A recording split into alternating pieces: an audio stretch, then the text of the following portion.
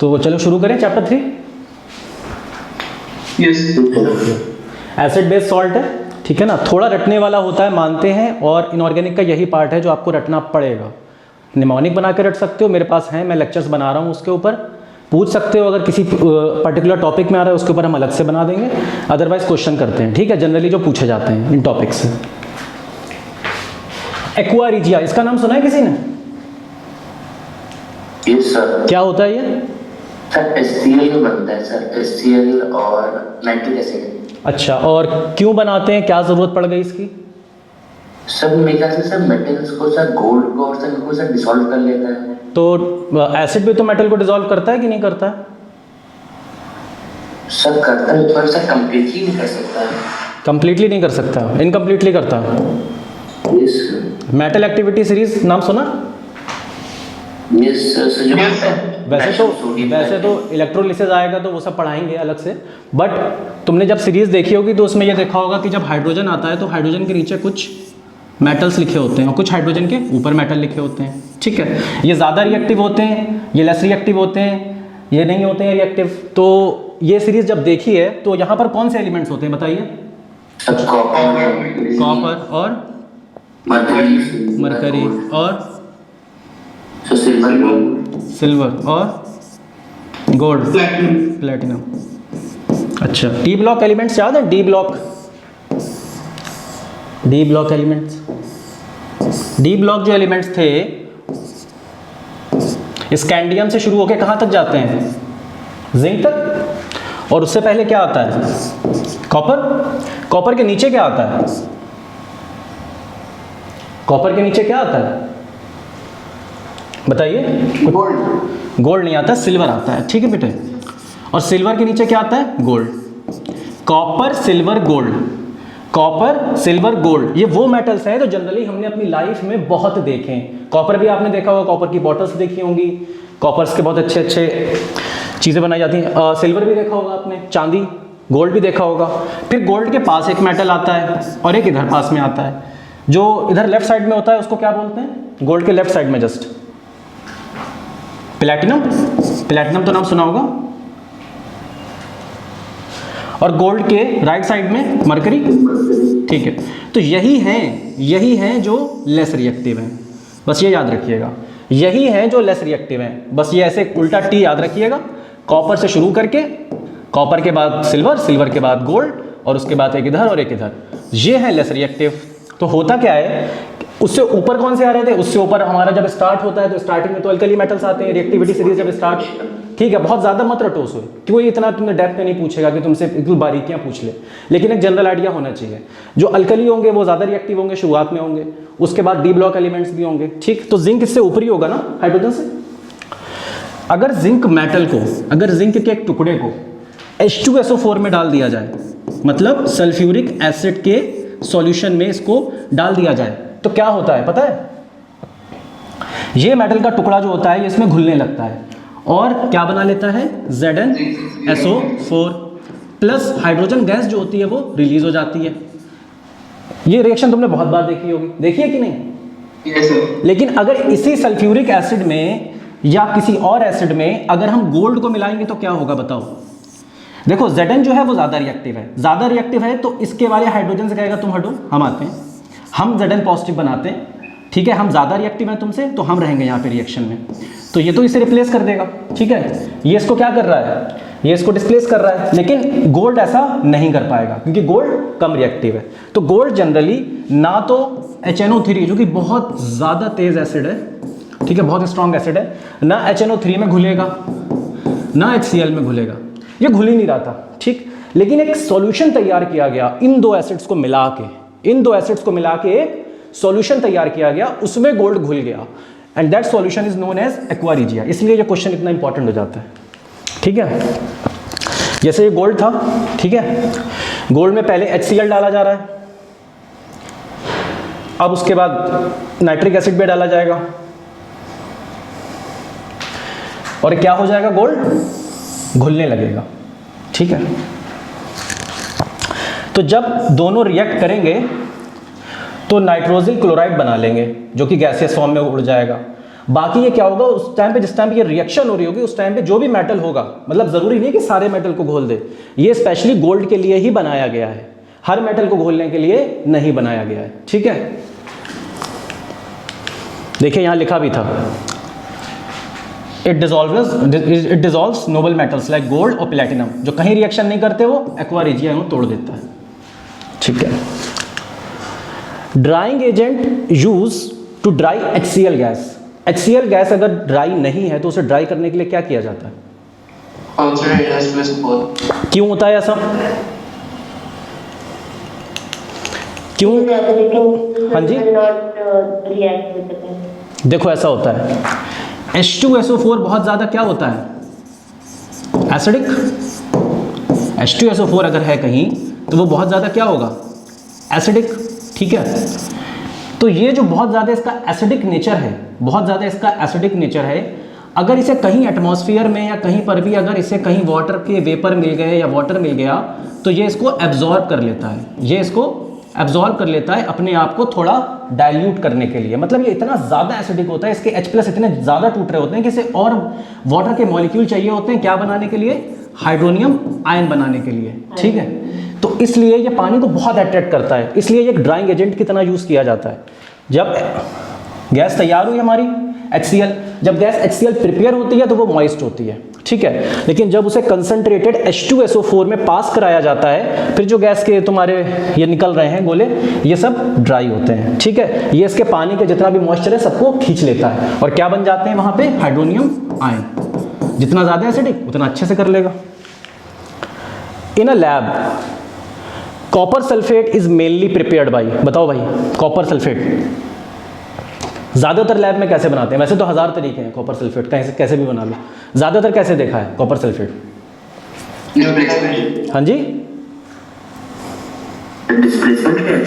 Neutralisation. अच्छा, reaction क्या होगी? रिएक्शन बताओ, रिएक्शन नहीं पता? देखो इसको मत रटो, इससे कोई मतलब नहीं है कि तुम इसे रटो बैठ के कि न्यूट्रलाइजेशन है। रिएक्शन को फील कर पा रहे हो, हाँ या ना? चलो रिएक्शन देखते हैं पहले। कॉपर सल्फेट होता क्या है? अरे यार क्या आ गया, सुनो, सबसे पहले ये है कॉपर का ऑक्साइड। अच्छा, तुम लोग को ये तो पता होगा कौन सा सॉल्ट घुल जाता है, सॉल्युबल होता है, कौन सा नहीं घुलता है, इनसॉल्युबल होता है, या नहीं पता? अभी के लिए बता देता हूँ, फिर आगे डिस्कस बीच बीच में करते रहेंगे। सोडियम के जितने भी सॉल्ट होंगे वो सारे के सारे क्या होंगे? सॉल्युबल। जैसे Na2O, Na2O को पानी में डाला तो घुल जाएगा, NaOH बना लेगा। K2O पानी में डाला घुल जाएगा। ठीक है,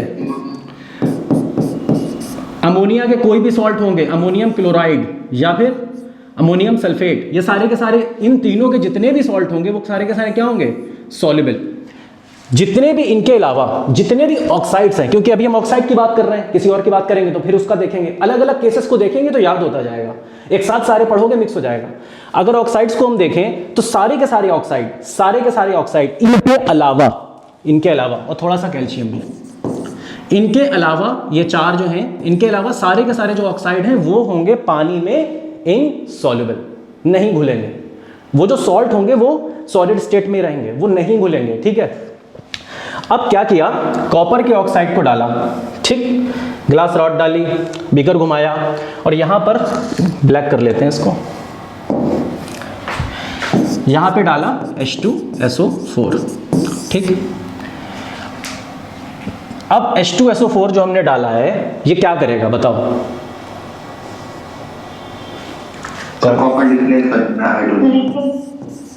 कॉपर का ऑक्साइड था, उसमें H2SO4 डाला, तो जब कॉपर का ऑक्साइड था उसमें H2SO, वो तो सॉलिड फॉर्म में था, उसमें जब H2SO4 डाला तो क्या बनेगा? कॉपर का सल्फेट। ठीक है, यहाँ पे 2 हाइड्रोजन चले जाएंगे और यहाँ पे कॉपर का जो पॉजिटिव आयन है वो आ जाएगा। वाटर में नहीं हो रहा था सॉल्युबल, लेकिन जब इसको एसिड में डाला तो घुल गया और घुलने के बाद ये बना लिया कॉपर सल्फेट। क्या कॉपर सल्फेट सॉल्युबल होता है या नहीं होता है बताइए? सुनो, जितने भी, जैसे ऑक्सीजन में क्या था, जितने भी ऑक्साइड थे सारे के सारे क्या थे? इनसॉल्युबल। और ये जो 4 थे इनके अलावा, मतलब सॉरी, ये जो तीन हैं इनके अलावा, ठीक है, जैसे सोडियम, पोटेशियम या कैल्शियम। इनके अलावा जितने भी तुम्हें ऑक्साइड देखें वो सारे के सारे इनसॉल्युबल। लेकिन जितने भी सल्फेट दिखें, बिल्कुल उल्टा, बिल्कुल उल्टा, जितने भी सल्फेट दिखें वो सब क्या हो जाते हैं, सल्फेट क्या हो जाते हैं, सॉल्युबल। ठीक है, सिवाय 4 सल्फेट्स के, सिवाय कितने सल्फेट्स के, 4 सल्फेट्स के। वो कौन कौन से 4 सल्फेट बताइए? Sodium, potassium, ammonium. नहीं, वो तो देखो जितने भी सल्फेट हैं, क्या बोला मैंने, जितने भी सल्फेट हैं सारे के सारे हैं तुम्हारे सॉल्युबल। जितने भी सल्फेट हैं, जितने भी तुम्हारे सल्फेट वाले हैं, ठीक है, वो सारे के सारे हैं तुम्हारे सॉल्युबल। जैसे Na2SO4, ठीक है, सारे के सारे। अब ये बताओ K2SO4, ये बताओ कि ये जो होते हैं सोडियम, पोटेशियम, ये वाले तो जनरली क्या होते हैं, ये वाले जनरली सॉल्युबल ही होते हैं। सोडियम पोटेशियम के सॉल्ट सॉल्युबल ही होते हैं, ठीक। लेकिन सल्फेट के 4 ऐसे सॉल्ट हैं जो सॉल्युबल नहीं होते हैं। बताओ क्या नाम है उनके, बोलो भाई। अच्छा ये बताओ सॉल्युबल है कि नहीं है, सल्फेट है तो सॉल्युबल है, नहीं सर, सॉल्युबल है कि नहीं है, इनसॉल्युबल। इनसॉल्युबल कैसे पता, देखो सल्फेट में सिर्फ 4 याद, ये FeSO4 है, ठीक, FeSO4 है, ठीक है, इसे मिटा देते हैं, थोड़ी जगह मिलेगी।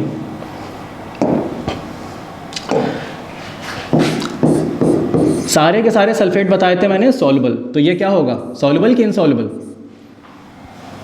देखो 3 तो याद रखो इनके, सोडियम, पोटेशियम, ठीक है, ये वाले, इनके वाले तो, और NH4 पॉजिटिव, अमोनियम, इनके वाले जो सॉल्ट होंगे वो तो सॉल्युबल होंगे ही होंगे। कोई भी सॉल्ट उठा लो, कोई भी दुनिया का इनका सॉल्ट उठा लो, कोई एक ऐसा सॉल्ट नहीं है जो सॉल्युबल ना हो। इनके सारे के सारे सॉल्ट क्या होते हैं, घुल जाते हैं पानी में, ठीक। FeSO4 घुलेगा या नहीं घुलेगा बताइए? सर नहीं घुलेगा, घुल जाएगा। सर पीपीटी बनाता है। FeSO4, जब हम फेरस सल्फेट की बात कर रहे हैं, आयरन की 2 ऑक्सीडेशन स्टेट है और सल्फेट है, ठीक है। पीपीटी कौन बनाता है बता देता हूँ, आगे चल के हाइड्रो ऑक्साइड पढ़ेंगे ना, FeOH, वो बनाते हैं पीपीटी। सल्फेट सॉल्ट है इनसॉल्युबल। हाँ जी सर, सल्फेट सॉल्ट है इनसॉल्युबल। मैं बताता हूँ तुम्हें, सुनो, जितने भी अभी एक एक करके बात करेंगे। जैसे अभी ऑक्साइड की बात करी थी, अब एकदम से सल्फेट की बात करने लगे, क्योंकि हमारा क्वेश्चन ऑक्साइड और सल्फेट के आसपास घूमेगा, ठीक। सबकी बात तब करेंगे जब सारे क्वेश्चन आएंगे, क्योंकि एक साथ सारी बातें करेंगे तो लेक्चर 3-4 घंटे तक जाने वाला है, ठीक है। देखो A B C, ए से बताओ कौन कौन से एलिमेंट का नाम स्टार्ट होते हैं, बताओ ए से कौन कौन से एलिमेंट्स के नाम याद आ रहे हैं तुम्हें? हाँ जी सर, एल्युमिनियम, आर्सेनिक। चलो, बहुत ज़्यादा जो हम लोग पढ़ते हैं वो एल्यूमिनियम पढ़ते हैं, आर्सेनिक बहुत कम पढ़ते हैं। बी से कौन सा याद आ रहा है? बोरॉन। बोरॉन कोई सल्फेट अल्फेट बनाता नहीं है, तो बोरॉन को छोड़ो। और कोई याद आ रहा हो बी से? कोई मेटल याद आ रहा है बी से? मेटल बनाएगा ना कटायन, बेरियम। चलो बेरियम लिख लेते हैं। अच्छा सी से कौन सा याद आ रहा है? कैल्शियम। ठीक है, अब ये बताओ इनके जो सॉल्ट बनेंगे उनके फॉर्मूला क्या क्या होंगे? चलो बोलो तुम लोग। इनके जो सॉल्ट बनेंगे, एल्यूमिनियम सल्फेट, बेरियम सल्फेट और कैल्शियम सल्फेट, ठीक है। ये तो ग्रुप 2 के हैं, ये तो ग्रुप 2 के हैं, तो ये तो बना लेंगे BaSO4, ये बना लेगा CaSO4, क्योंकि 2 नेगेटिव इस पे होंगे और 2 पॉजिटिव इसके ऊपर होंगे। ये तो समझ में आता है ना, इलेक्ट्रोवैलेंसी, ठीक। एल्यूमिनियम की कितनी होती है वैलेंसी? 2 होती है या 3 होती है? 3 होती है, तो एल्यूमिनियम पे है +3 का चार्ज, ठीक है। सल्फेट उस पर कितना चार्ज है? -2 का चार्ज। जब चार्ज सिमिलर नहीं है, चार्ज बराबर नहीं है, तो चार्ज बराबर करने के लिए अब आप ये बताओ कितने एल्यूमिनियम लूं और कितने सल्फेट लूं? कम से कम कितने एल्यूमिनियम के आयन लूं, कितने सल्फेट के मैं आयन लूं? कम से कम 2 एल्यूमिनियम ले लूं तो 6 चार्ज हो जाएगा, और सल्फेट के 3 ले लेता हूं, तो ये है एल्यूमिनियम सल्फेट, ठीक है। ये जो 3 है ना ABC हमारे, यही 3 सल्फेट हैं जो पानी में सॉल्युबल नहीं होते हैं। यही 3 हैं जो पानी में सॉल्युबल नहीं होते हैं। और जब भी सॉल्युबिलिटी का चैप्टर पढ़ना, हमेशा एक चीज याद रखना कि लेड की स्टडी अलग से करनी है। किसकी स्टडी अलग से करनी है? लेड, PB इसका सिंबल है, और लेड है ये, ठीक है। इसकी स्टडी अलग से करनी है। तो एक चीज़ याद रखी हमने कि एल्यूमिनियम सल्फेट, बेरियम सल्फेट और कैल्शियम सल्फेट ये सॉल्युबल नहीं होते हैं। और लेड सल्फेट हमेशा आ जाएगा, ये हमेशा ये तुम्हारे साइड साइड चलता रहेगा, इसको साइड में देख के चलना है कि भैया लेड क्या कर रहा है। तो लेड सल्फेट भी सॉल्युबल नहीं होता है। बस ये 3 और एक लेड, ये 4 सल्फेट्स हैं जो सॉल्युबल नहीं होते हैं। बाकी सारे के सारे सल्फेट क्या होते हैं? बाकी सारे के सारे सल्फेट दुनिया के सॉल्युबल होते हैं, ठीक। अब आपने क्या किया, आपने कॉपर का ऑक्साइड का टुकड़ा लिया जो कि सॉल्युबल नहीं था और उसको डाल दिया H2SO4 में, थोड़ा गर्म किया, थोड़ा घुमाया। CuSO4 जो बनेगा, कॉपर सल्फेट जो बनेगा, वो क्या सॉल्युबल होगा या नहीं होगा? बताओ। सॉल्युबल होगा। सॉल्युबल होगा। तो कॉपर सल्फेट यहां बन जाएगा, कॉपर सल्फेट यहां तैयार हो जाएगा। इसी बीकर को बाद में थोड़ा इसको और इवेपोरेट करेंगे, इसके पानी को थोड़ा हीटअप करेंगे, तो कॉपर सल्फेट हमें बाद में मिलेगा। और वो जो मिलता है वो मिलता है CuSO4.5H2O, ऐसे मिलता है, ठीक है। कॉपर सल्फेट के साथ थोड़ा सा पानी का मॉलिक्यूल होता है, ठीक। और ये जो बनाता है इस कलर का, ये इस कलर का कंपाउंड, इस कलर का सब्सटेंस बनाता है, ये है एक्चुअल में कॉपर सल्फेट, ठीक है भाई। तो ये है कॉपर सल्फेट। अब हमारा क्वेश्चन क्या था, क्वेश्चन देखते हैं। क्वेश्चन ये था कि कॉपर सल्फेट मेनली किससे बनता है।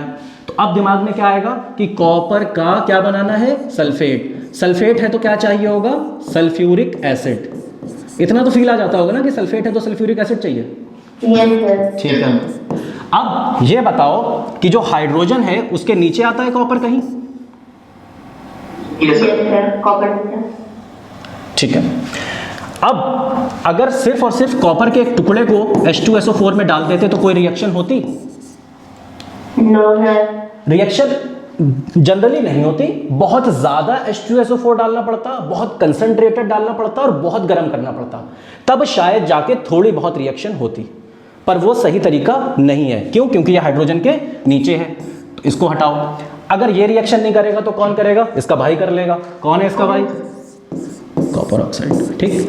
ये रिएक्शन हो जाएगी क्योंकि ये पॉजिटिव और ये नेगेटिव, ठीक है। ये पानी में तो नहीं घुल रहा था, ये पानी में तो नहीं घुल रहा था, पर एसिड में क्या होगा, घुल जाएगा। कॉपर के आयंस अलग जाएंगे, O के आयंस अलग जाएंगे ऑक्सीजन के। कॉपर के आयंस किसके पास जाएंगे? सल्फेट के आयंस के पास। क्यों? क्योंकि ये तो ऑलरेडी टूटा हुआ है सॉल्यूशन के अंदर, ये सॉल्यूशन के अंदर कोई एक साथ थोड़ी, तो बह रहे हैं। तो कॉपर वाले जाके चिपक जाएंगे किसके साथ? सल्फेट वाले के साथ, ठीक। और बचेगा क्या? बचेगा पानी वानी, जो भी बचेगा। तो अब देखो तुम, ये जो कॉपर सल्फेट आयंस होंगे ये वैसे तो तैरते रहेंगे, लेकिन जैसे जैसे पानी जो है इवेपोरेट होता जाएगा, अब 5-6 दिन के लिए छोड़ दो उसको, 5-6 दिन के लिए सॉल्यूशन को ऐसे छोड़ दो, जैसे जैसे पानी इवेपोरेट होता जाएगा उसके क्रिस्टल बनना शुरू हो जाएंगे। किसके? कॉपर सल्फेट के। अब समझ में आई बात? ये इस क्वेश्चन, ये इसलिए ये क्वेश्चन पूछा गया। तो जनरली क्या कर रहे हैं, जनरली एक बेस है, ये कॉपर सल्फेट क्या है? एक बेस है। क्या है बेटे? बेस। और ये क्या है? एक एसिड। देखो अब जब मैंने बेस बोला तो पूछो सर बेस क्यों है? बेस इसलिए है कि मेटल के जितने ऑक्साइड्स होते हैं, जितने हाइड्रो ऑक्साइड्स होते हैं, ऑक्साइड मतलब मेटल को ऑक्सीजन के साथ, ये सारे के सारे क्या हैं? ये सारे के सारे मेटल के हैं ऑक्साइड। क्या है बेटे? मेटल के ऑक्साइड, ठीक। और क्या होते हैं मेटल के? मेटल के और होते हैं हाइड्रो ऑक्साइड। मेटल के हाइड्रो ऑक्साइड कैसे बनते हैं पता है तुम्हें? इसी Na2O को जब तुम पानी में डालोगे, Na2 क्या है? Na2O है क्या? पहले सोडियम का टुकड़ा लाए, सोडियम का टुकड़ा लाए, उसको लाइटर दिया, ऐसे हाथ में मत पकड़ लेना, लैब में करते हैं, उसको जलाया in the presence of air. जब वो जलेगा in the presence of air तो Na2O बना लेगा, और वो जो Na2O बनेगा ना, वो जो आपस में एक दूसरे के साथ ये ऑक्सीजन और सोडियम बॉन्ड बनाएंगे ना, तो ये एक्सोथर्मिक बॉन्ड बनेगा, मतलब बहुत एनर्जी निकलेगी, इसीलिए वो हीटअप होगा। अब जला, हीटअप हुआ, Na2O बना लिया।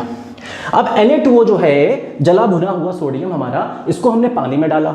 जब इसको हमने पानी में डाला, H2O के साथ रिएक्ट करा, तो ये बनाता है NaOH। क्या बनाता है बेटे? NaOH। और NaOH क्या है? एक बेस है। तो मेटल के ऑक्साइड को पानी में डाला, मस्त अल्कली बन रहे हैं, ठीक है। इससे पता चल गया। और Na2O एक बेस है। और कैसे पता चला? इसको तुम किसी एसिड के साथ डाल दो, HCl के साथ डाला Na2O को, क्या बनेगा बताओ? सोडियम क्लोरीन को ढूंढ रहा था, बहुत दिनों से ढूंढ रहा था, क्योंकि एक आयनिक बॉन्ड बना हुआ था, बहुत बढ़िया क्रिस्टल बना हुआ था, ठीक है। अब ये जो Na2O है ये इतना कमजोर है कि ये तो पानी में भी घुल जाता है। Na2O क्या कर रहा है, पानी में भी घुल रहा है। एसिड में तो फटाफट घुलेगा और घुलने के बाद Na पॉजिटिव Cl नेगेटिव एक दूसरे को अट्रैक्ट करेंगे, NaCl प्लस H2O। अब ये जो NaCl है इसके जो आयंस होंगे वो पानी में तैरते रहेंगे। ठीक है, बात समझने की कोशिश ये करो कि जितने भी ऑक्साइड होते हैं वो अल्कली भी बना रहे हैं ज़्यादातर, मतलब सोडियम पोटेशियम ये क्या बना रहे हैं, और कैल्शियम अल्कली बना रहे हैं। लेकिन ये जो हमारा कॉपर ऑक्साइड था ये अल्कली नहीं बनाता है, ये पानी के साथ रिएक्शन नहीं करता है, पानी में सॉल्युबल नहीं होता है। ठीक है, पर है क्या, किसी भी एलिमेंट के सल्फेट के लिए हमें ऑक्साइड ही चाहिए होता है। हाँ जी, एलिमेंट का क्या कह रहे हैं, किसी भी एलिमेंट के सल्फेट के लिए हमें उस एलिमेंट का ऑक्साइड चाहिए होता है। बहुत अच्छा क्वेश्चन है। इससे पहले मैं आपको यही बता रहा था कि क्यों लिया हमने ऑक्साइड, शायद मिस कर गए आप थोड़ा सा, कहाँ जगह है।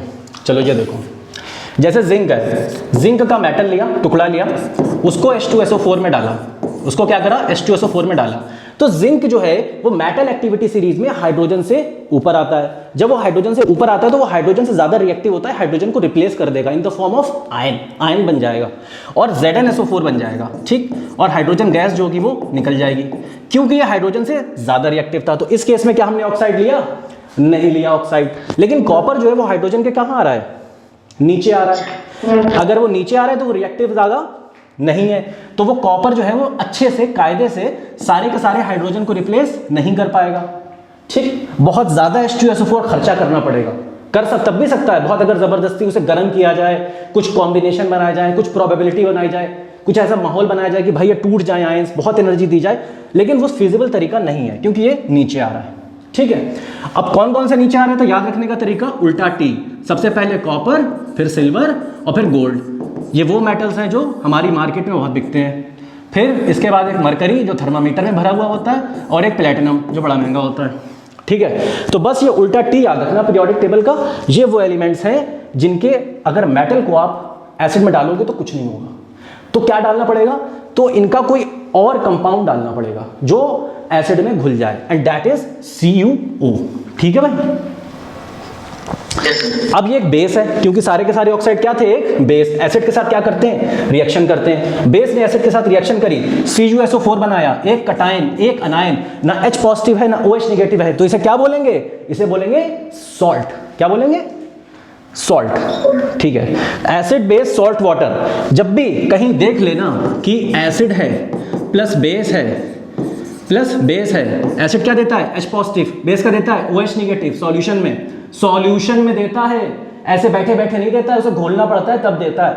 ठीक है, एसिड प्लस बेस क्या बना लेते हैं, सॉल्ट प्लस वाटर का मॉलिक्यूल। अगर कहीं ये रिएक्शन दिख जाए, अगर कहीं ये रिएक्शन दिख जाए, न्यूट्रलाइजेशन ही हो रहा है, न्यूट्रलाइजेशन रिएक्शन ही है और कुछ नहीं है ये। This is an example of neutralization. ठीक है, अब मैं पूछ रहा कि सर टाइट्रेशन क्या होता है, वो मैं आगे डिस्कस करूंगा। टाइट्रेशन जो है वो न्यूट्रलाइजेशन का एक स्पेशल केस है जिसको लैब में किया जाता है बहुत आसानी से। ठीक है, तो ये न्यूट्रलाइजेशन हो रहा है, एसिड बेस सॉल्ट बना रहा है। ठीक है, which of the following compound is not amphoteric compound, बताओ भाई। Magnesium hydroxide. एम्फोटेरिक होता क्या है, एम्फोटेरिक होता है, अच्छा, जो एसिड और बेस दोनों से रिएक्ट करें वो होते हैं एम्फोटेरिक। जनरली अंदाजा कैसे लगाया जाता है कि कौन सा वाला एलिमेंट एम्फोटेरिक होगा, मान लो हम भूल गए, याद नहीं आ रहा, मैं अंदाजा कैसे लगाएंगे, कोई निमोनिक है, कुछ बनाया है, कुछ सोचा है ऐसा, मान लो। ये तो बहुत पेट एग्जाम्पल हैं इन लोगों के। ठीक है, कि ये जो होते हैं एम्फोटेरिक मेटल्स होते हैं, इनके ऑक्साइड्स भी एम्फोटेरिक होते हैं, इनके हाइड्रो ऑक्साइड भी एम्फोटेरिक होते हैं, इनके ऑक्साइड्स और हाइड्रो ऑक्साइड दोनों के दोनों बेस से भी रिएक्शन करते हैं, एसिड से भी करते हैं। ठीक है, मैग्नीशियम नहीं कर पाएगा ऐसा। मैग्नीशियम का एक और नाम होता है, बताओ क्या नाम होता है मैग्नीशियम हाइड्रोक्साइड का, एक नाम होता है इसका, बताओ बच्चों, इसका क्या नाम होता है मैग्नीशियम हाइड्रोक्साइड का, इसको बोलते हैं मिल्क ऑफ मैग्नीशिया। ठीक है, किस लिए काम आता है, एंटासिड। क्यों काम आता है एंटासिड के, क्योंकि ये एक बेस है। क्या है, बेस। बेस है, एसिड के साथ जाएगा तो उसको न्यूट्रलाइज करेगा। इसलिए डाइजीन की जो शीशी देखी है बचपन में घर पे, उस डाइजीन की शीशी में मिल्क ऑफ मैग्नीशिया देखना कहीं लिखा होगा छोटा सा, ठीक है, MgOH होल ट्वाइस। तो ये जो मिल्क ऑफ मैग्नीशिया है ये एक बेस है, और बाकी सारे के सारे जो हैं वो एम्फोटेरिक हैं, बेस से भी करेंगे और एसिड से भी करेंगे। ये बेस से कोई रिएक्शन नहीं करेगा, इसे अगर तुम बेस में डालोगे कुछ नहीं होगा, ठीक है। तो कुछ इंपॉर्टेंट लिख दिए हैं मैंने, स्क्रीनशॉट ले लो इसका। कुछ इंपॉर्टेंट लिख दिए हैं मेटल्स, उनके हाइड्रोक्साइड, सारे के सारे याद करने की बिल्कुल एग्जैक्टली ज़रूरत नहीं है। जो रेलिवेंट रहते हैं, क्वेश्चन ज़्यादातर पूछे जाते हैं, एल्यूमिनियम, जिंक, ठीक है। कभी कभी कंफ्यूज करने के लिए ये आ जाता है पेपर में, ठीक है, बेरिलियम। फिर हम सोचते हैं कि ये अल्कली है, अल्कलाइन है, ये उधर का है, एस ब्लॉक का है, ये बनाएगा भी या नहीं बनाएगा, या खाली सिर्फ ये वो होगा।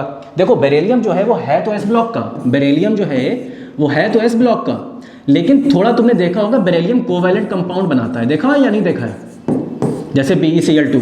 Yes sir. तो इसका जो कैरेक्टरिस्टिक है ना वो नीचे वालों की तरह ज़्यादा है नहीं, इसका थोड़ा अलग कैरेक्टरिस्टिक है। और एक और चीज़ देखी होगी, पीरियोडिक टेबल में तुमने देखा होगा कि बोरॉन के नीचे जो एल्यूमिनियम होता है उसके साथ ये एक डायगोनल रिलेशनशिप भी बनाता है, जो मैंने पीरियोडिक टेबल वाले चैप्टर में एक्सप्लेन भी की थी, ठीक है। तो कहीं ना कहीं अगर एल्यूमिनियम एम्फोटेरिक है तो कहीं ना कहीं ये भी एम्फोटेरिक है, थोड़ा सा रिलेशन बैठ रहा है इन दोनों का, ठीक है। तो इससे याद रखना, थोड़ा रिलेशन बैठालना कि ये दोनों भी एम्फोटेरिक हो जाएंगे, ठीक। एल्यूमिनियम के पड़ोसी एक और होता है, zinc.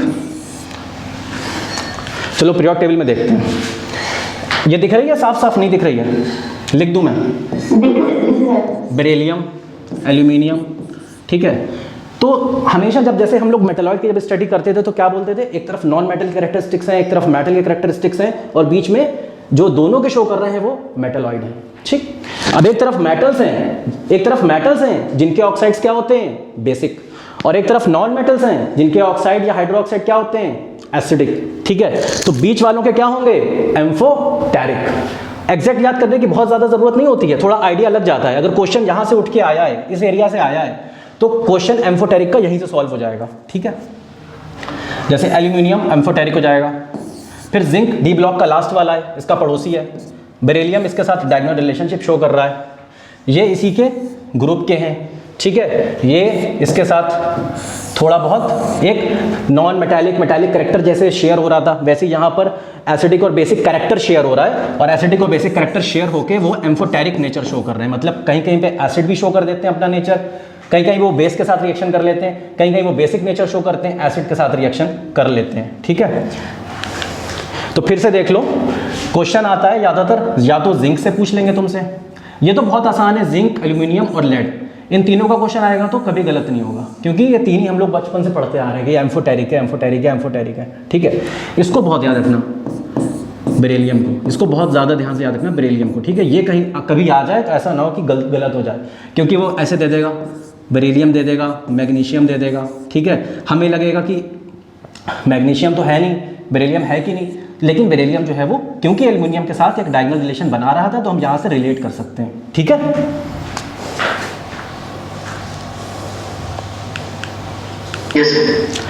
On diluting N acid concentration H positive per unit volume, भाई बताओ क्या होता है। पहले तो हम ये सोच देखते हैं कि एसिड कंसंट्रेशन है क्या। एसिड कंसंट्रेशन का मतलब ये है कि कितने नंबर ऑफ H पॉजिटिव है। मान लो X H पॉजिटिव है कितने लीटर में, मान लो 2 लीटर में, ठीक। X H पॉजिटिव है 2 लीटर में, ठीक। तो पर यूनिट में कितने होंगे, x/2 होंगे या नहीं होंगे। 1 लीटर में कितने H पॉजिटिव आयंस होंगे, X एक वैल्यू मान ली हमने। अब 10⁻⁻7 से भी इमेजिन कर सकते हो, -2 से भी इमेजिन कर सकते हो। यहाँ पे हम ये मानने की कोशिश कर रहे हैं कि वो ज़रा कॉम्प्लेक्स सिचुएशन आ जाएगी, फिर उसमें एवोगाड्रो नंबर लगाओ तब जाके फील आता है। अगर X H पॉजिटिव आयंस हैं और वो 2 लीटर सॉल्यूशन में है तो पर लीटर कितना हो गया concentration, x/2 by number of, ऐसे याद रखो ना, number of H positive per unit of volume. लेकिन अब अगर तुमने क्या करा, डाइल्यूट किया। डाइल्यूट करने का मतलब ये होता है कि तुम उसमें पानी मिला रहे हो। तुम उसमें क्या कर रहे हो, सिर्फ पानी मिला रहे हो, सिंपल पानी, नॉर्मल वाटर। पानी मिलाया, 2 लीटर से तुमने इसे बना दिया 4 लीटर, ठीक है। 2 लीटर पानी तुमने और ऐड कर दिया। अब इसकी कंसंट्रेशन क्या हो गई, x/4। अब ये बताओ इन दोनों में से कौन सा फिगर ज़्यादा बड़ा है? तो हो क्या रहा है, कंसंट्रेशन जो है वो कम हो रही है डाइल्यूट करने पे, ठीक। तभी कहीं भी अगर तुमने देखा होगा, लिखा होगा HCl, कहीं लिखा होता है डाइल्यूट, लिखा होता है या नहीं होता है? कहीं लिखा होता है HCl कंसंट्रेटेड। H2SO4 में तो बहुत देखा होगा। देखो बस इतना इमेजिन करो कि एक बीकर लिया, उसमें पानी है और उसमें बहुत सारा HCl है, बहुत सारा HCl है, बहुत सारा HCl है, तो वो कहलाएगा कंसंट्रेटेड HCl, ठीक। एक पानी का बीकर लिया, उसमें थोड़ा सा HCl है, तो वो कहलाएगा डाइल्यूट HCl। डाइल्यूट मतलब इसकी प्रॉपर्टीज को तुमने डाइल्यूट कर दिया, ठीक है ना।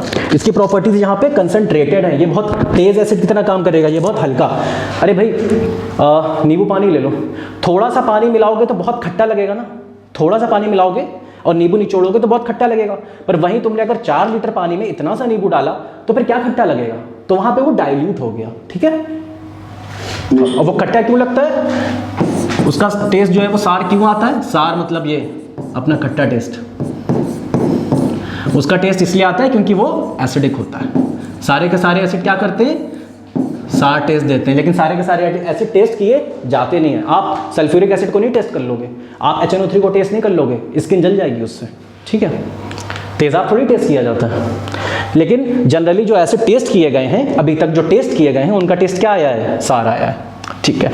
पानी मिला दोगे तो टेस्ट खत्म, तो कंसंट्रेशन क्या हो रही है, डाइल्यूट हो रही है, तो H पॉजिटिव जो हो रहे हैं वो कम हो रहे हैं। हाँ जी सर, हम लोग जब वाटर ऐड करेंगे एसिड में, तब तो सर हाइड्रोजन ज़्यादा होगा ना, हाइड्रोनियम आयन ज़्यादा होगा। देखो ऐसा है, सुनो, 1 लीटर पानी की बात जब होती है, 1 लीटर पानी में कितने मॉलिक्यूल होते हैं बताओ मुझे। 1 लीटर में 5 ml 5 मिलीलीटर इतना एसिड मिलाओगे तो वो बहुत अच्छा कंसंट्रेशन माना जाएगा, ठीक है। तो हाइड्रोनियम जो हाइड्रोजन आयन है ना, जो H2O है ना, उसके लिए हमारे पास कमी नहीं है। H2O हमारे पास कम नहीं है, H2O हमारे पास भर भर के है, H2O भर भर के। मतलब तुम अगर इमेजिन करना चाहो रेशियो के हिसाब से, तो ये इमेजिन करो कि जैसे 5 मॉलिक्यूल अगर HCl के तुमने डाले, तो उन 5 मॉलिक्यूल के जो वो टूटेंगे ना, H पॉजिटिव Cl नेगेटिव, उसको हाइड्रोनियम बनाने के लिए हमारे पास करोड़ों से होंगे, अरबों से होंगे, ठीक है, या उससे भी अरब एंड अरब इतने मॉलिक्यूल होंगे H2O के पहले से, ठीक। पहली बात तो ये। दूसरी बात ये कि जो पानी होता है वो जब टूटता है तो वो H पॉजिटिव और OH नेगेटिव में टूटता है, तो वो आपस में एक दूसरे को बैलेंस रखता है। That's not an acidic nor basic, ठीक है। पानी मिला भी दोगे, H पॉजिटिव आयन की संख्या नहीं बढ़ने वाली, H पॉजिटिव आयन की संख्या नहीं बढ़ने वाली। क्यों? क्योंकि पानी अगर मिलाओगे ना तो HCl तो उतने का उतना ही रहा। अब ये बताओ मुझे, अच्छा सिंपल सी बात है, डाइल्यूट का मतलब छोड़ो, ये बताओ, कहीं थोड़ी सी तुमने कोई चीज़ देखी, मिट्टी देखी, ठीक, थोड़ा सा उसमें पानी है तो वो क्या हो गई, कीचड़। उसमें अगर तुमने उठा के 10,000 लीटर पानी डाल दिया तो कहीं कीचड़ दिखेगी तुम्हें? नहीं, तो वो डाइल्यूट हो गई ना, वो जो कीचड़ थी, वो जो मिट्टी थी, वो डाइल्यूट हो गई वहां पे। और यहाँ पे क्या थी, कंसंट्रेटेड। जब ज्यादा होती है तो कंसंट्रेटेड, जब घुल जाती है बिल्कुल, जब उसकी जो है आइडेंटिटी बिल्कुल ना के बराबर होने लगती है, वो होती है डाइल्यूट, ठीक है। पानी मिलाने से चीजें डाइल्यूट ही होती हैं, नॉर्मल सी बात है। जितना ज्यादा पानी मिलाओगे, आप एक बहुत बड़ा टैंक ले आओ और उसमें 1 नींबू निचोड़ो, क्या उस टैंक के पानी के टेस्ट पे कोई फर्क पड़ेगा? नेग्लिजिबल टेस्ट पड़ेगा। पर एक ग्लास में अगर वही नींबू निचोड़ोगे तो बहुत फर्क पड़ेगा। तो जो ग्लास में पानी है उसमें वही 1 नींबू निचोड़ा, दैट इज कंसंट्रेटेड। और वहीं अगर तुमने 1000 लीटर पानी मिला दिया उसी 1 नींबू में, तो वो क्या हो जाएगा, डाइल्यूट, ठीक है। तो पर यूनिट वॉल्यूम मतलब कितने लीटर है उससे डिवाइड करना है। पर यूनिट वॉल्यूम आपका जो H+ है उसका कंसंट्रेशन तो गिर जाएगा ना, H+ का कंसंट्रेशन तो गिर जाएगा ना पर यूनिट वॉल्यूम में, या नहीं गिरेगा? Yes sir. चलो आगे बढ़ते हैं। Which of the following is a property of acid? अच्छा बताइए, एसिड की क्या प्रॉपर्टी होती है? क्या ये एसिड की प्रॉपर्टी है, bitter in taste? No sir. Third option तो सबको पता है। बिटर इन टेस्ट का मतलब क्या होता है ये बताओ। बस बिटर मतलब कड़वे में जैसे किसी का टेस्ट बताओ, किसी चीज का टेस्ट बताओ जो कि बिटर हो। सूप किसका? सोप? हाँ, कड़वा होता है कड़वा होता है करेला। जो कड़वा टेस्ट होता है उसको बिटर बोलते हैं। एक्चुअल में जो खट्टा टेस्ट है वो तो कहीं कहीं पे अगर कम खट्टा है तो हमें अच्छा भी लगता है, टेस्टी भी लगता है, लेकिन अगर कोई चीज़ कड़वी है ना तो वो हमें बिल्कुल अच्छी नहीं लगती, वो बिल्कुल भी अच्छी नहीं लगती। खट्टा जो होता है, खट्टा अगर ज़्यादा नहीं है, ठीक है, तो थोड़ा थोड़ा क्या लगता है अच्छा, लेकिन अगर कड़वा है कोई चीज़ तो वो कभी अच्छी नहीं लगती, ठीक है। अब जैसे सिरका है, विनेगर, तो विनेगर क्या होता है, खट्टा होता है, विनेगर होता है खट्टा, और विनेगर का फॉर्मूला क्या होता है, एसिटिक एसिड का CH3COO, ठीक, ये होता है एसिटिक एसिड। अब यही जो एसिटिक एसिड है CH3C double bond O single bond O, और ये निकल जाता है इसमें से, ये बॉन्ड टूट जाता है H पॉजिटिव, तो ये होता है एसिड, ये होता है खट्टा, ठीक है। बहुत ज़्यादा अगर नहीं है किसी चीज़ में सिरका पड़ा हुआ तो आप उसे टेस्ट कर सकते हो, बहुत प्रॉब्लम नहीं होगी, ठीक है, अच्छा भी लग सकता है। पर अगर कोई चीज़ कड़वी है, अगर कोई चीज़ कड़वी है तो वो आपको कभी अच्छी नहीं लगेगी, ठीक है।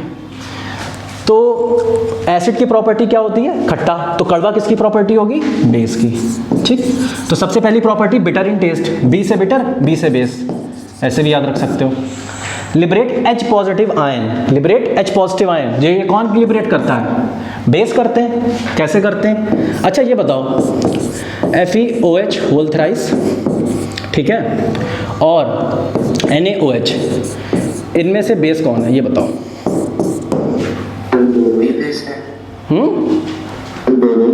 दोनों ही बेस हैं। दोनों में क्या, दोनों में क्या फर्क मिलेगा आपको, अगर आप जितने भी हाइड्रोक्साइड और ऑक्साइड होते हैं वो वाटर में सॉल्युबल नहीं होते हैं, सिवाय किसके, सिवाय सोडियम, पोटेशियम और अपना ये NH4OH वाला NH4 और थोड़ा बहुत कैल्शियम, बस। इसके अलावा बाकी सारे के सारे इनसॉल्युबल। इसको पानी में डालोगे नहीं घुलेगा, इसको पानी में डालोगे घुल जाएगा, इसके आयंस नहीं टूटेंगे पानी में, इसके टूट जाएंगे, बस इतना ही फर्क है, ठीक है। दोनों ही बेस हैं, जिसके आयंस टूट जाएंगे वो क्या दे देगा सॉल्यूशन में, पानी के सॉल्यूशन में देगा, in water solution equals solution it will give OH minus ion. तो जो OH माइनस आयन देता है पानी में उसको क्या बोलते हैं, अल्कली, क्या बोलते हैं, अल्कली, ठीक है। तो एसिड की प्रॉपर्टी सबको ही पता थी, बात हम दूसरी कर रहे थे। अच्छा, लिटमस पेपर का क्या होगा, रेड से ब्लू, ब्लू से रेड, क्या होता है, लिटमस पेपर जो होता है वो रेड हो जाता है जब एसिड हो, और ब्लू हो जाता है जब वो बेसिक, ठीक है। एसिड तो देख ही रहा है, खतरनाक, तेजाब, लाल, और बेस ब्लू, बी से बेस, बी से ब्लू, ठीक है। बनाते किससे हैं लिटमस सॉल्यूशन किससे तैयार किया जाता है, सर वो एक लाइकेन प्लांट होता है सर, मतलब ये ऑर्गेनिक सब्सटेंस है ना,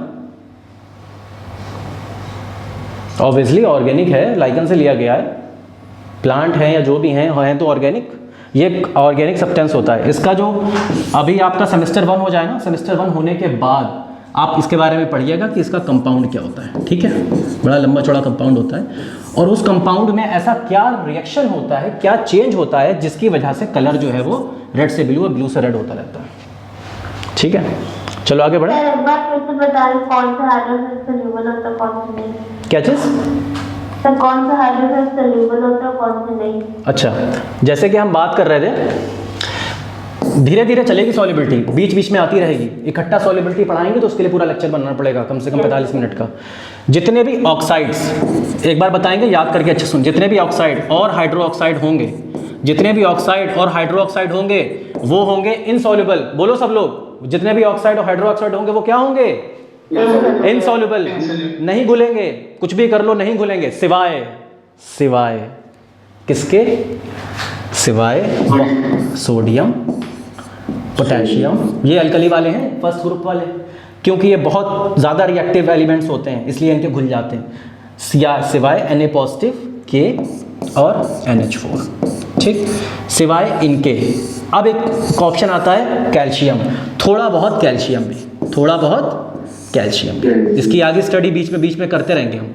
सिवाय इनके बाकी जितने भी ऑक्साइड और हाइड्रो ऑक्साइड हैं वो घुलेंगे नहीं, वो प्रेसिपिटेट बना लेंगे, क्या बना लेंगे, प्रेसिपिटेट बना लेंगे, ठीक है। अगर किसी को नहीं पता है प्रेसिपिटेट क्या होता है तो आगे फोटो आएगा देख लेना। Sodium carbonate is a basic salt. अच्छा, ये सोडियम कार्बोनेट होता क्या, इसका फॉर्मूला क्या होता है बताइए? Na2CO3। ठीक, CO3 strong base and weak acid. क्या कह रहे हैं? Strong base and weak acid. Strong base. Answer मत बताओ, पहले तो ये बताओ ये सॉल्ट बेसिक है कि एसिडिक है, क्या है ये, या नॉर्मल है? बेसिक। अच्छा, कैसे बेसिक है बताओ? बेसिक स्ट्रॉन्ग बेस है एक वीक एसिड। आंसर मत बताओ, ये बेस, हाँ ठीक है ठीक है ठीक है, आंसर मत बताओ, आंसर हम बता देंगे, पहले रीजन बताओ कि ये जो है वो बेसिक सॉल्ट क्यों है, बताओ। Na2CO3 बेसिक सॉल्ट क्यों कहा जाता है? Sir, this is complete replacement of hydrogen ion. सुनो मेरी बात, तुम लोग रट लिए हो, यही तो गलती कर दी है। देखो Na2CO3, ठीक, जब इसको किसी, देखो मेरी क्लास एंड होने वाली है तो मुझे थोड़ा फास्ट चलना पड़ेगा, ठीक है, टाइम होने वाला है, ये बता देता हूँ। Na2CO3, ठीक है, इसको हम ये मानते हैं कि ये बेस है, तो इसको एसिड में डालेंगे तो कुछ ना कुछ होगा, इसको एसिड में डाला, ठीक, HCl में, तो बनेगा NaCl, और क्या बनेगा? H2CO3। लेकिन ये इतना अनस्टेबल होता है, ये इतना अनस्टेबल होता है कि ये पूरी तरीके से बन नहीं पाता है, तो क्या बनता है? पानी बनता है और कार्बन डाइऑक्साइड। तुम लोगों ने कभी पेप्सी की बोतल खोली है? पेप्सी की बोतल जब खोलते हो तो उसमें ये होता है कार्बोनिक एसिड, लेकिन जैसे ही तुम बोतल खोलते हो पेप्सी की, कार्बोनिक एसिड क्या होता है? CO2 की फॉर्म में क्या होता है? बुलबुले हवा में दिखते हैं निकलते हुए, ठीक है। तो अब ये तब तो चला गया, सॉरी NaOH बनेगा, सॉरी सॉरी, ठीक है, और HCl का, ठीक है। तो ये सब तो चला गया, जो रह जाता है सॉल्यूशन में वो रह जाता है OH माइनस का आयन। तो वो जो OH माइनस का आयन होता है वो इसको बेसिक बना देता है, ठीक है। तो अब बनता कैसे है, ये बनता कैसे है वो देखो, यही H2CO3 क्या है? एक वीक एसिड। एक H2CO3 क्या है? ये जितने भी मिनरल एसिड्स हैं ना, उसमें से कुछ स्ट्रॉन्ग एसिड है, जैसे HCl, HNO3, H2SO4, ठीक है, और कुछ वीक एसिड भी हमें मिल जाएंगे जैसे H2CO3। अब ये H2CO3 जो है ये दिखने में कैसा होता है? ये ऐसा होता है, ठीक है, ये स्ट्रक्चर H2CO3 का। तो ये होता है एक वीक एसिड, ठीक है। ये H+ आयन जब लिबरेट करेगा बहुत ज़्यादा नहीं कर पाएगा, जिसको ऐसी किसी स्ट्रॉन्ग बेस में आप NaOH में अगर आप मिला दोगे तो क्या बन जाएगा? NaOH में मिलाने के बाद ये बन जाएगा आपका Na2CO3। तो ये बात जनरल है, याद रखना कि अगर बेसिक सॉल्ट बन रहा है तो स्ट्रॉन्ग बेस से बनेगा। अगर कहीं क्वेश्चन होता है एसिडिक सॉल्ट का तो स्ट्रॉन्ग एसिड से बनता, और अगर हाँ एसिड और उल्टा हो जाता है वीक बेस। लेकिन अगर दोनों स्ट्रॉन्ग है तो नॉर्मल सॉल्ट बनेगा, उसका कोई नेचर नहीं होगा, ठीक है। ये देखो लिखा भी हुआ है, पढ़ लो। Carbonic acid in neutralisation reaction give strong basic salt. Na2CO3, इसको पानी में डालो, NaOH और CO2 गैस निकल जाएगी, तो ये एक बेसिक नेचर यहाँ पे शो कर देगा, ठीक है। अगर कोई पूछे सोडियम बाइकार्बोनेट NaHCO3, अच्छा ये बताओ क्या है? एसिडिक है बेसिक? ये सुन लो, इसको भी पानी में डालो, इसको क्या करो? पानी में डालो, सुनो होगा क्या? NaOH निकलेगा, ठीक, कार्बन डाइऑक्साइड निकलेगी और पानी। इसको भी जब पानी में डालोगे, इसको बोलते हैं सोडियम बाइकार्बोनेट। क्या बोलते हैं? सोडियम बाइकार्बोनेट, ठीक है, बोलो इसको, sodium bicarbonate, sodium hydrogen carbonate. पानी में डाला, NaOH बना, कौन सा नेचर शो कर रहा है? बेसिक नेचर शो कर रहा है। एसिड सॉल्ट है लेकिन बेसिक नेचर शो कर रहा है, ठीक है। ये एग्जांपल पूछ लेते हैं, बच्चे कह देते हैं भैया ये एसिडिक नेचर शो करेगा। नहीं भाई, एसिडिक नेचर कैसे शो कर देगा? ये बेसिक नेचर शो करेगा। इसमें से बताओ किसकी स्ट्रेंथ ज़्यादा होगी? कौन सा एसिड है ज़्यादा स्ट्रेंथ होगी? HCl, एसिटिक एसिड, दोनों में से कौन स्ट्रांग होगा? HCl। ये ऑर्गेनिक है तो ये कम एसिडिक होगा, इनऑर्गेनिक है ज़्यादा एसिडिक होगा, ठीक है। और वाटर सबसे कम, तो 0 पे बैठा हुआ है, मतलब बीच में, pH 7 इसका।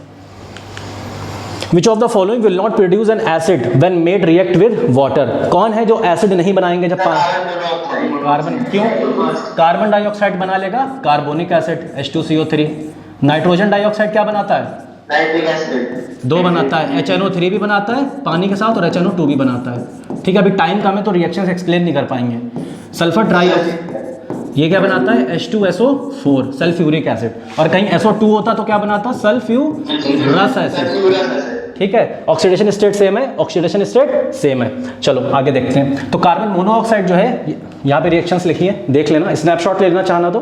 कार्बन मोनोऑक्साइड है जो पानी के साथ मिलके कार्बन डाइऑक्साइड बनके उड़ जाता है। बेसिकली ये बनाता है H2CO3, लेकिन वो H2CO3 इतना अनस्टेबल होता है कि उसमें से CO2 उड़ जाती है अलग, हाइड्रोजन अलग।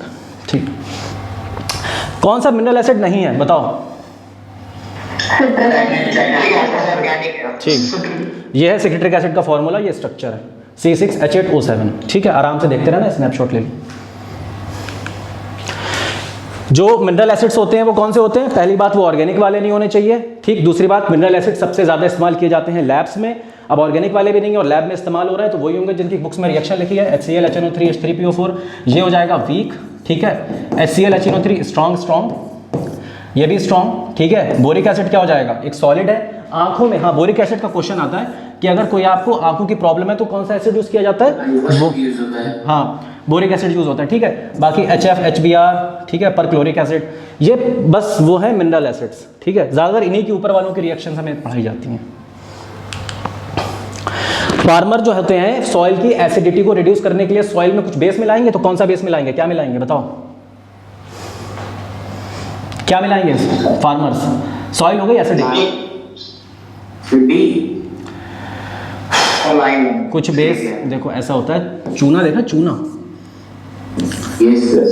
ठीक है, चूना क्या होता है? देखो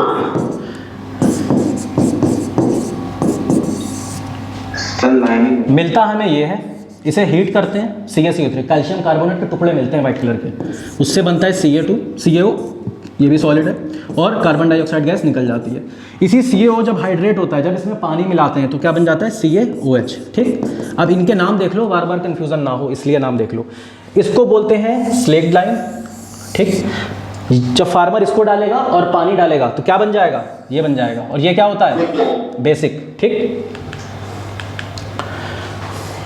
स्लेक्ट लाइम इसको बोलते हैं क्विक लाइम। ठीक है, ये क्विक लाइम है और ये स्लेक्ट लाइम है। जो छोटा फॉर्मूला हो गया वो क्विक लाइम हो गया, और ये हो गया हमारा slaked lime, CaOH whole twice. ठीक है, लाइम स्टोन जब निकलता है तो वो कैल्शियम कार्बोनेट होता है, हीट करा तो क्विक लाइम बना, पानी मिलाया तो CaOH होल ट्वाइस बना। ठीक, और उसके बाद उसमें कार्बन डाइऑक्साइड गैस अगर पास कर दोगे तो क्या बन जाएगा? फिर से लाइम स्टोन बन जाएगा। ठीक है, इनमें से कौन सा बेस नहीं है बताओ जल्दी? ये तो सारे टूट जाएंगे। हाँ, डी, पर ये क्या एसिडिक है? ये बताओ बताओ बताओ बताओ। अल्कोहल है। ये जो OH, O की इलेक्ट्रोनिगेटिविटी ज़्यादा है और इसकी कम है, तो इलेक्ट्रॉन के पेयर को अपनी तरफ शिफ्ट करेगा, इलेक्ट्रॉन के पेयर को अपनी तरफ शिफ्ट करेगा तो क्या आ जाएगा? इस पर थोड़ा सा नेगेटिव, इस पर पॉजिटिव। अगर ये बॉन्ड टूटा थोड़ा गर्म करने पे तो क्या हो सकता है? थोड़ा सा, बहुत ही हल्का, बहुत ही लाइट एसिडिक नेचर शो कर सकता है। ठीक है, जनरली नहीं करता कुछ, लेकिन शो कर सकता है थोड़ा सा एसिडिक नेचर, बहुत वीक एसिडिक नेचर। ये स्ट्रक्चर है इसका। एसिड जब पानी मेटल से रिएक्ट करते हैं, जैसे हम Zn H2SO4, बहुत सही, H2 गैस निकलती है, यही तो तरीका है। H2 गैस जब निकलती है किसी टेस्ट ट्यूब से तो यहाँ पर आग लगती है। ठीक है ठीक है ठीक है, ये पूरा स्ट्रक्चर दिखाया, चाहना तो स्नैपशॉट ले लेना, ये पॉप साउंड आ रही है वहाँ पे। ठीक है, ये रिएक्शन लिखी हुई है। मिथाइल ऑरेंज का कलर एसिडिक मीडियम में क्या होता है? चेंज होता है या नहीं होता है? क्या होता है? कलर लेस होता है। ठीक है, बेसिक मीडियम में इसका क्या हो जाता है कलर?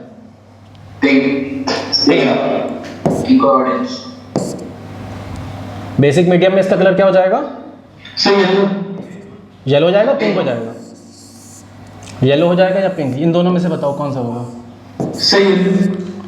Second option. देखो ऐसा है, सुनो, एसिड को रेड से सोचा करो, एसिड सोचा करो red red red red red, pink red के आसपास है कहीं कुछ, तो पिंक एसिडिक। ठीक, और बाकी बचा बेस। मिथाइल ऑरेंज एसिड में पिंक और येलो अल्कली में। ठीक है, हाइड्रेटेड कॉपर सल्फेट। अभी मैंने कॉपर सल्फेट जब बनाया था ना, तो कॉपर सल्फेट जब बनता है तो वो पानी के सॉल्यूशन में घुला होता है, और उसके जब क्रिस्टल बनते हैं तो इस तरीके से होते हैं, जो नीले रंग के दिख रहे थे आपको, ठीक है, ब्लू विट्रॉल। विट्रॉल क्यों बोलते हैं? क्योंकि सल्फेट आइन है, जहाँ सल्फेट आइन आता है वहाँ विट्रॉल बोल दिया जाता है। ब्लू कलर का दिख रहा है तो ब्लू विट्रॉल बोल दिया। तो 5H2O ये क्रिस्टल्स हैं, लेकिन अब इसके पानी को अगर तुम क्या करोगे, गर्म करके उड़ा दोगे तो क्या बनेगा? CuSO4 बचेगा। अब ये जो CuSO4 बचेगा, क्या ये ब्लू कलर का होगा या नहीं होगा बताओ? तो ये वाइट हो जाएगा, ठीक है। अमॉर्फस मतलब इसका कोई इसका स्ट्रक्चर डिफाइन नहीं है, ठीक है। ये ब्लू कलर का था, इसे गर्म किया, CuSO4 बना, वाइट कलर का हो गया और अमॉर्फस हो गया। ये क्रिस्टल्स थे या पाउडर फॉर्म में? कार्बोनिक एसिड जो होता है कोल्ड ड्रिंक में यूज़ किया जाता है, अभी बताया था, ठीक। क्या कार्बोनिक एसिड कोरोसिव होता है? ये एक मिनरल एसिड है, ये तो मानते हैं कि ये मिनरल एसिड है। क्या ये कोरोसिव होता है? कोरोसिव होता तो उसको कैन कोई गला देता है, जिस कैन, ठीक है। ये कोल्ड ड्रिंक है, ये बुलबुले निकल रहे हैं कार्बन डाइऑक्साइड के, देखो पियो। एसिड एनहाइड्राइड, वो एसिड जिसमें से पानी निकाल लिया गया, तो क्या बचा? Acid anhydride. जैसे हमने SO3 से अगर पानी मिलाया और बना H2SO4, ठीक। अब इसी H2SO4 से अगर पानी निकाल लोगे तो क्या बचेगा? SO3। तो SO3 को क्या बोलोगे? सल्फर ट्राइऑक्साइड को एसिड एनहाइड्राइड, ठीक है, इसको बोलोगे एसिड एनहाइड्राइड। तो एसिड एनहाइड्राइड क्या पानी में डिसॉल्व करके एसिड बनाते हैं, हाँ या ना? Yes sir. ठीक है। एक नॉन मेटालिक ऑक्साइड जो होता है वो जब पानी में घुलता है, एसिड बनाता है, उसी को एसिड एनहाइड्राइड बोलते हैं, हाँ या ना? Yes sir. ठीक है। ये एसिटिक एसिड का एनहाइड्राइड है और ये बैंड है, और ये बैंड क्यों है ये बताना आप हमें, ठीक है। जब आपके एग्जाम्स हो जाए फिर बताना आराम से। Person suffering from acidity are advise to drink cold milk. अच्छा, मिल्क जो होता है एसिड होता है कि बेसिक होता है? मिल्क एसिडिक होता है कि बेसिक होता है? मिल्क थोड़ा सा एसिडिक होता है। मिल्क थोड़ा सा एसिडिक होता है। मिल्क थोड़ा सा एसिडिक होता है। मिल्क ऑफ मैग्नीशिया की बात नहीं कर रहा हूँ। मिल्क में लैक्टिक एसिड होता है, नाम सुना होगा लैक्टिक एसिड, तो वो थोड़ा सा एसिडिक होगा, परसेंटेज बहुत कम होती है। लेकिन वही मिल्क जब हमारे अंदर जाता है, डाइजेस्ट होता है, तो वो अल्कलाइन सब्सटेंसेस बनाता है, और तब अंदर का जो पहले से HCl है पेट में, पेट के अंदर क्या है?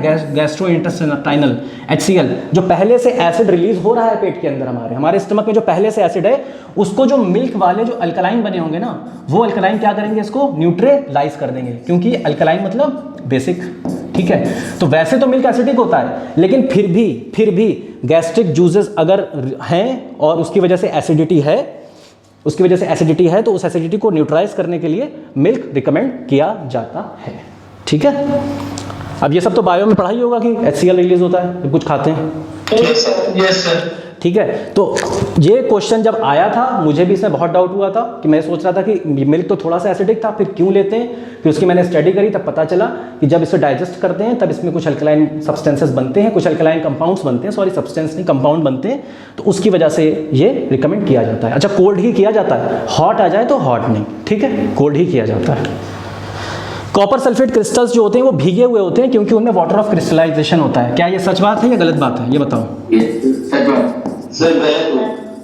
क्या गलत है सर? वो शायद ये जो है, उसको भी कुछ होते कभी वाटर, अरे ये जो वाटर होते हैं 5 कॉपर सल्फेट, ये जो क्रिस्टल का स्ट्रक्चर होता है ना CuSO4 का, इस क्रिस्टल के अंदर वाटर के मॉलिक्यूल भी होते हैं, कॉपर सल्फेट के मॉलिक्यूल भी होते हैं, एक दूसरे से जुड़े हुए, तभी उस क्रिस्टल का स्ट्रक्चर अलग है। और उसी को गर्म किया, कॉपर सल्फेट बना, नॉर्मल वाला एनहाइड्रस वाला, तो उसका हिसाब किताब पूरा अलग है। तो क्या वो जो क्रिस्टल होते हैं, जिसको आपने अभी ब्लू विट्रॉल बोला था, क्या जो ब्लू विट्रॉल नहीं सॉरी जो कॉपर सल्फेट के क्रिस्टल्स होते हैं, क्या वो भीगे हुए होते हैं? नहीं, भीगे हुए नहीं होते हैं, क्योंकि वाटर का जो मॉलिक्यूल होते हैं वहाँ पे लूज नहीं है, हाइड्रोजन बॉन्डिंग नहीं कर रहे हैं। जहाँ हाइड्रोजन बॉन्डिंग होगी वहाँ पे वो भीगे हुए होंगे, जहाँ हाइड्रोजन बॉन्डिंग नहीं हो रही है। कॉपर सल्फेट हाइड्रोजन के जो H2O है, इसके साथ बॉन्ड बनाया हुआ है, एक स्ट्रक्चर, एक क्रिस्टल है, एक बहुत ही टाइट क्रिस्टल है सॉलिड फॉर्म में, ठीक है।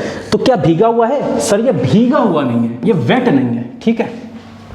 वाटर ऑफ क्रिस्टलाइजेशन जो होता है फिक्स्ड नंबर होता है वाटर के मॉलिक्यूल्स का, 1 यूनिट फार्मूला। कॉपर सल्फेट का ये जो 1 यूनिट फार्मूला था, इसमें फिक्स नंबर क्या है? 5। तो ये रीजन ठीक है और असर्शन क्या हो गया? गलत, ठीक है। ये आपका हाइड्रेटेड है CuSO4 5H2O, और ये आपका है कॉपर सल्फेट एनहाइड्रस, ठीक है। कुछ है, स्नैपशॉट ले लो, क्वेश्चन आ जाते हैं इनके ऊपर। कभी ग्लोबल सॉल्ट के ऊपर आ जाएगा क्वेश्चन, इसके ऊपर आ जाएगा, ठीक है, ये बहुत फेवरेट होता है, इप्सम सॉल्ट बहुत फेवरेट होता है, इस पे क्वेश्चन आ जाता है, तो इनके फॉर्मूलाज देख लीजिएगा। प्योर वाटर ना एसिडिक होता है ना basic, right wrong? Pure water ना एसिडिक होता है ना बेसिक होता है, जितने H पॉजिटिव होते हैं उतने H माइनस होते हैं, ठीक है। pH of a solution is inversely proportional to the concentration of hydrogen. अब ये बताओ, सही है। सही 7 मतलब pH अगर 7 है मतलब ना एसिडिक ना बेस, pH अगर 1 या 2 है तो बहुत एसिडिक, pH अगर 13-14 है तो बहुत बेसिक। अब ये बताओ कि अगर H प्लस का कंसंट्रेशन बढ़ रहा है तो pH क्या हो रही है, घट रही है कि बढ़ रही है? घट रही है। तो pH जो है वो डायरेक्टली प्रोपोर्शनल है कि इनवर्सली प्रोपोर्शनल है? इनवर्सली। ठीक है, ठीक है। प्योर वाटर ना एसिडिक होता है, ये इनवर्सली प्रोपोर्शनल है, लेकिन ये इसका प्रॉपर सही एक्सप्लेनेशन नहीं है। इसका सही एक्सप्लेनेशन तब होता जब ये बताते कि इसके अंदर इतने होते हैं H पॉजिटिव, इतने ही होते हैं H नेगेटिव, फिर उनको मल्टीप्लाई करो, ठीक है। वो पूरी राम कहानी जब बताई जाती तब वो कहते कि भाई ये सही एक्सप्लेनेशन है, ठीक है। एक्सप्लेनेशन सही नहीं है, बात सही कह रहा है। Baking powder use in cake instead of baking soda, ऐसा क्यों? पहले तो समझो कि है क्या ये बेकिंग सोडा, है क्या बताओ? सोडियम बाइकार्बोनेट, ठीक है। उधर बाइकार्बोनेट का बाई याद रखना, उधर बी से रिलेट कर देना, तो वो हो गया बेकिंग सोडा। अब यही बेकिंग सोडा जो होता है जब कभी कहीं खाने वाने मिलाया जाता है तब ये बना लेता है Na2CO3। Na2CO3 का टेस्ट बहुत ख़राब होता है, तो इसका टेस्ट ख़राब है तो इसको किसी एसिड में कोई एसिड ऐड किया जाता है जो इसको चेंज करे, जो इसके नेचर को चेंज करे। क्यों? हमने देखा था ना Na2CO3 बेसिक नेचर का था, तो बेसिक नेचर का था Na2CO3, तो कोई एसिड मिलाएंगे तो टार्टरिक एसिड मिला दिया जाता है। टार्टरिक एसिड जो इमली में नहीं आता, टेरामाइड इमली, उसमें जो एसिड होता है वो मिला देते हैं। तो इसका जो एसिड मिलाते हैं तो वो Na2CO3 को क्या करता है, कुछ और कंपाउंड में कन्वर्ट कर देगा, तो उसका जो खराब टेस्ट है ना वो पता नहीं चलेगा। तो इसीलिए बेकिंग पाउडर जो होता है उसमें एसिड मिला हुआ होता है, लेकिन बेकिंग सोडा जो होता है वो ऐसा होता है, ठीक है। आगे पढ़ते हैं। बेकिंग पाउडर कंटेन टार्टरिक, वो इसका एक्सप्लेनेशन है, ठीक है, जो भी समझाया गया था। बस 5 मिनट और, थोड़ा जल्दी करते हैं, टाइम नहीं बचा हम लोग के पास, ठीक है। Phosphoric acid is a weak acid, बताओ, ये तो पढ़ा ही होगा। Phosphoric acid is a weak acid. और जब पानी में घोलोगे आप इसको तो इसमें क्या होगा, पार्शियली क्या करेंगे, H+ आयन बनाएंगे, बहुत कम बनाएंगे।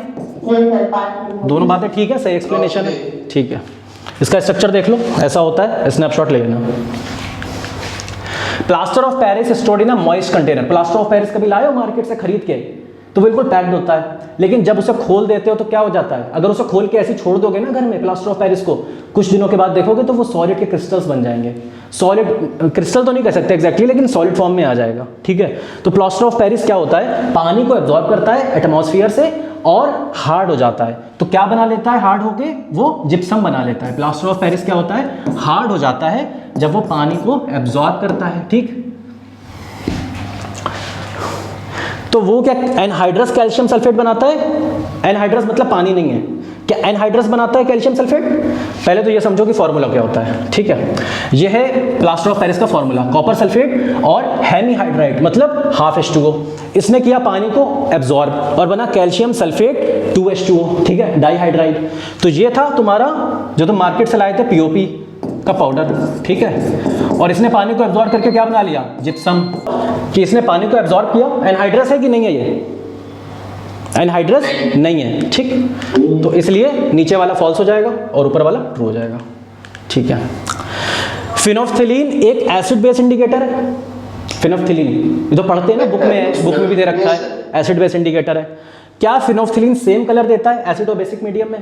बिल्कुल नहीं देता। तो फिर देता फिर इंडिकेटर कैसा होता है? एसिड में कलरलेस और बेसिक में, ठीक है, बेसिक में पिंक वो रेडिश की तरफ जाता है, पिंक हो जाता है, ठीक है।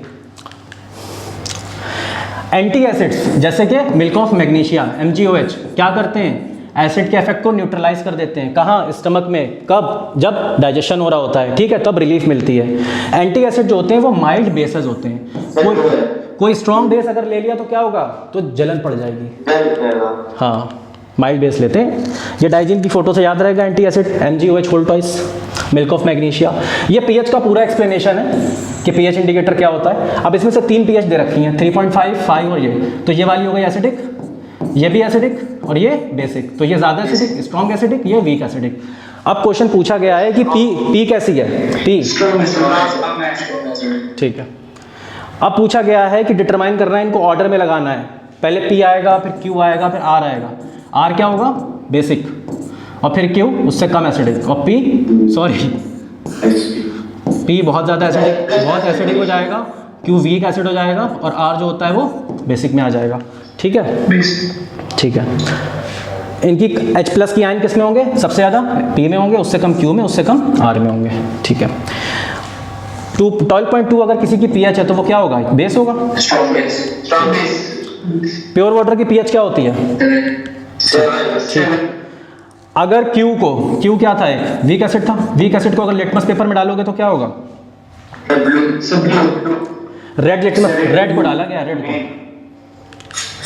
कुछ चेंज नहीं होगा, पहले से ही उसमें इतना एसिड है, वो पहले से ही रेड है, कुछ चेंज नहीं होगा। ठीक है। ग्रीन विट्रॉल का वो क्या है तुम्हारा केमिकल नेम, एक तो ब्लू विट्रॉल अभी देखा, अब ग्रीन विट्रॉल देख रहे हैं। ग्रीन विट्रॉल का क्या होता है, कभी इसको देखा है, ये ग्रीन कलर का होता है आयन, ठीक है, ये आयन ग्रीन कलर का होता है, बाकी आंसर निकाल लेना। ठीक, विट्रॉल वही सल्फेट FeSO4।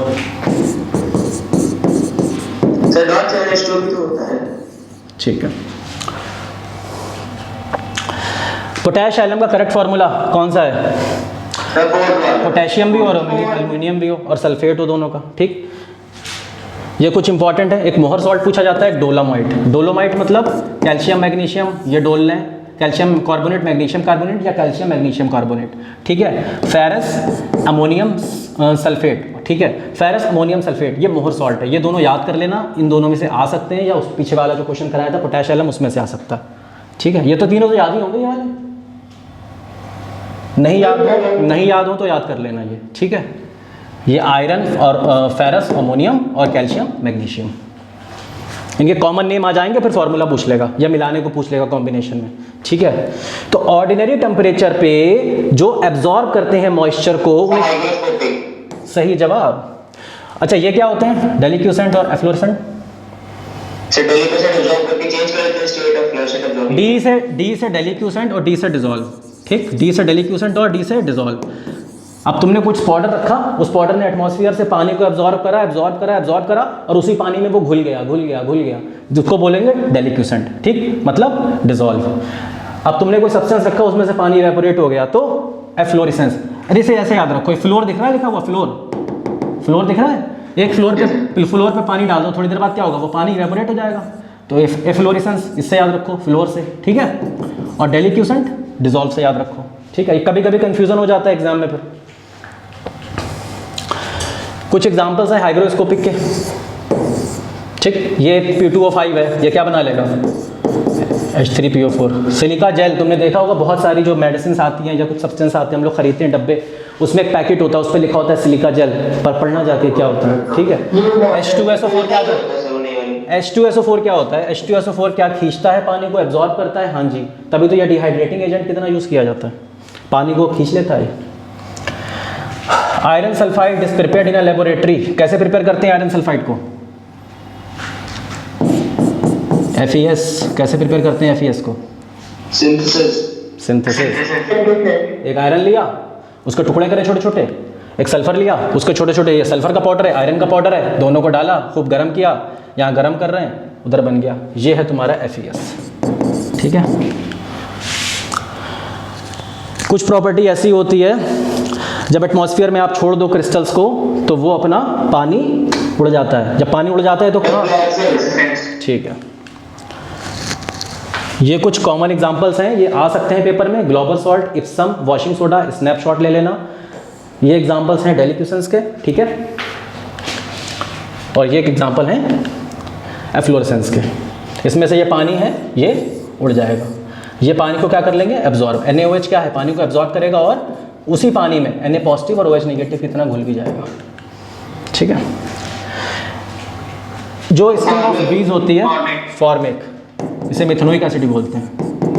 ठीक, एक है ना कार्बन, ये इसका स्ट्रक्चर।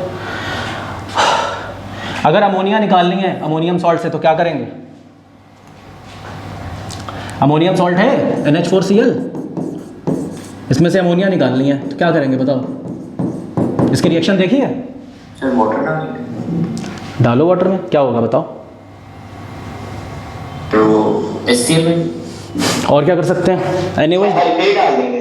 बेस डाल दें, NaOH डाल दें, NaOH डालेंगे जल्दी रिएक्शन होगी थोड़ी, पानी पता नहीं टाइम लग जाएगा, ठीक है। NaOH डाला, अल्कली डाला तो NaCl बनेगा और H2O और अमोनिया, ठीक है, अमोनिया NaOH, ठीक है। बेस की प्रॉपर्टी क्या होती है? क्या बिटर होता है टेस्ट में? क्या सोपी होता है टच में? क्या रेड को ब्लू कर देता है? ठीक है। अगर किसी की पीएच वैल्यू क्या करनी है तुम्हें, इंक्रीज करनी है, तो क्या करना पड़ेगा? एसिड मिलाना पड़ेगा, नहीं हाँ, उल्टा बोल गया मैं। जैसे 7 से अगर तुम्हें 14 की तरफ जाना है तो उसे बेसिक बनाना पड़ेगा, ठीक है। तो उसमें एक अल्कली मिलाना पड़ेगा, तो OH माइनस का कंसंट्रेशन बढ़ जाएगा और H पॉजिटिव का कंसंट्रेशन कम हो जाएगा। और पीएच कैसे निकाली जाती है? पीएच होती है माइनस लॉग H पॉजिटिव का जो भी कंसंट्रेशन आ रहा हो, ठीक है। अब बेस 10 हो जाता है। अगर H पॉजिटिव का कंसंट्रेशन 10 टू द पावर -2 है पर मोल पर लीटर, तो लॉग 10 इसकी पावर -2, ये 10 से 10 कट जाएगा, पूरा लॉग उड़ जाएगा, 2 इधर आ जाएगा, +2 हो जाएगा इसका पीएच, ठीक है। इस तरीके से निकालते हैं। आपको इतना ध्यान नहीं देना इसके ऊपर, बस इसका वो समझो कि इसका वो क्या है, मतलब ज़रूरत क्या है पीएच स्केल की। If a piece of magnesium put in the solution of acid, magnesium को एसिड में डालेंगे तो क्या होगा? ठीक है। तो स्टूडेंट्स मैं चलता हूँ, ठीक है। नेक्स्ट चैप्टर आपको अनाउंस कर दिया जाएगा, होपफुली कल ही हो जाए, ठीक है। एनालिटिकल का होगा, थोड़ा तैयार करके आइएगा, आज थोड़ा टाइम कम रहा।